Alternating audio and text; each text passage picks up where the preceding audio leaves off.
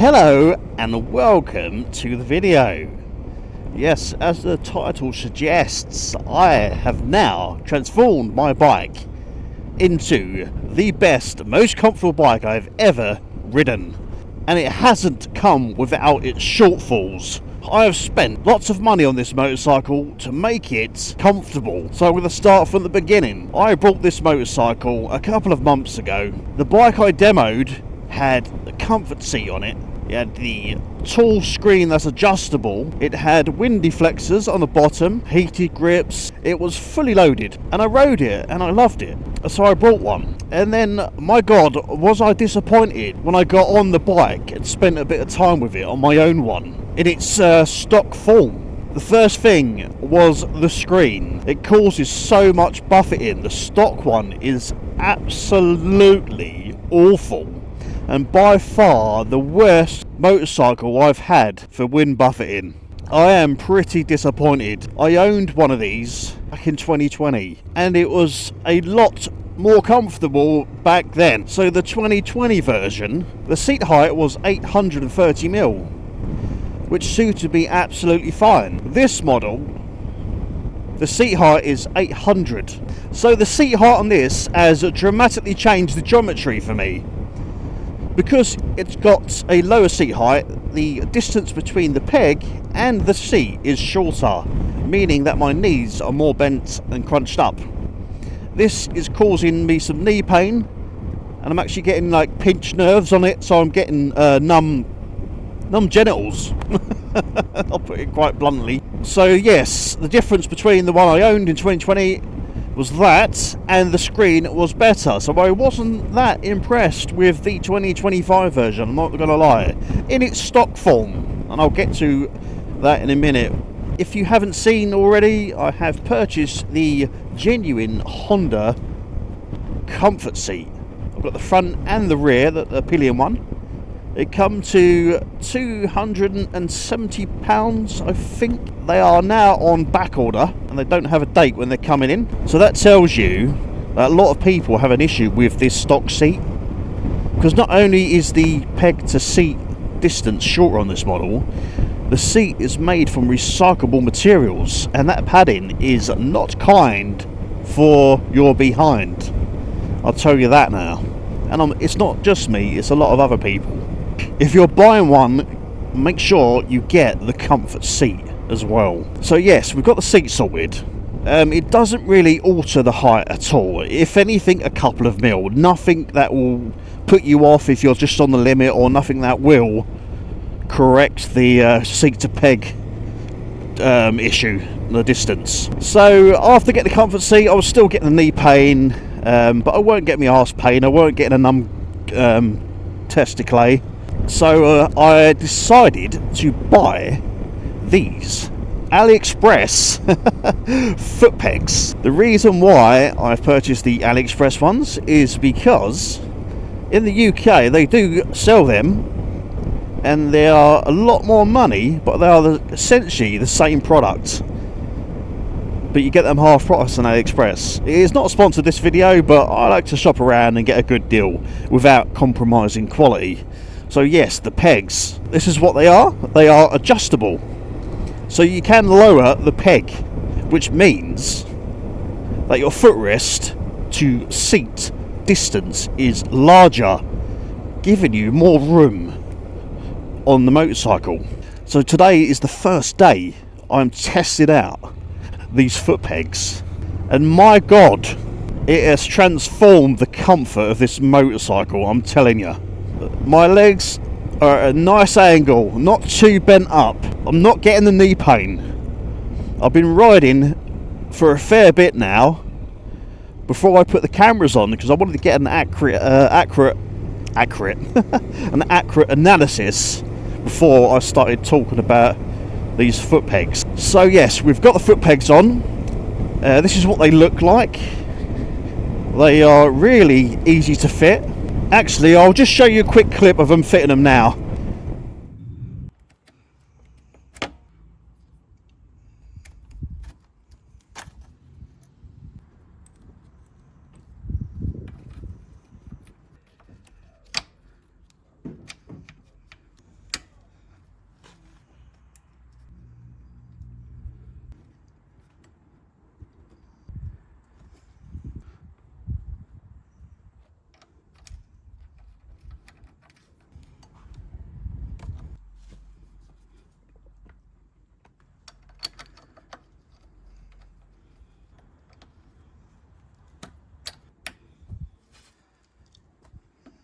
So right, you've seen the video, easy to install, not too invasive, anyone can do it. Just make sure you use Loctite on the bolts, you don't want them coming loose. You may have to adjust your gear lever, but this is DCT, so I don't have to. The foot pedal on the brake, I didn't have to adjust that at all, because I found that that was quite low anyway. Now it's in the position that I want it to be in, it's directly there. It's not above the footrest, it's just in line with it, which I like that. That's how it should be. So it does cure that issue as well. So the pegs, the comfort seat, and the screen. I've put this extension on for now, which is good, but I don't like the look of it. I mean, it works. It definitely works, as I've tried it back to back with my wife's Honda NC. She's also got a 2025 model, and she hasn't got the screen on. And we swapped bikes, and my God, it reminded me how awful the screen was. So we have ordered a Power Bronze one from their website, and that's currently being made, so we've got to wait for that. It takes about 7 to 10 days, so I will be putting that on. So I'm not too happy with Honda, I'll be honest with you. I mean, this ain't a cheap bike, is it? You'd expect the seat to be comfortable. You don't expect to spend another near on £300 to get the seat how you want it. So they promote this as a sustainable motorcycle with recycled parts and all that. But that's only a good thing if these recycled parts are any good. And in my opinion, they're not. But I'll be honest with you, this is not a deal breaker. The bike's great, but I just don't agree with what Honda have done. Sold a bike with a rubbish screen, a rubbish seat, and the geometry is just a bit cramped on it. It's a big bike. When they went for that adventure sort of styling and they raised the height, that was spot on. That 830mm seat height, that model, 2016 to 2024, or no, 2021 I think, that model is fantastic. Geometry is great, the seat's good, the screen's okay, you still get buffeting, but it ain't turbulent buffeting. If you buy the new one, be prepared to spend a bit of money to get it how you want it. I don't mind spending that because I love the NC and I want the latest model. I love the screen's great, but they've missed something there with not making the best machine. It's kind of, they kind of took a step back in certain areas, I think. Like I say though, not a deal breaker, and they are great bikes. Just bear in mind, if you are going to demo one, make sure it's either stock or be prepared to spend and buy the comfort seat. I do think that's a bit naughty that they put the comfort seat on the demo one and the taller screen and all the gizmos, essentially, because it makes it like 10, 11 grand bike. That's a lot of money for a 750. It's a lot of money.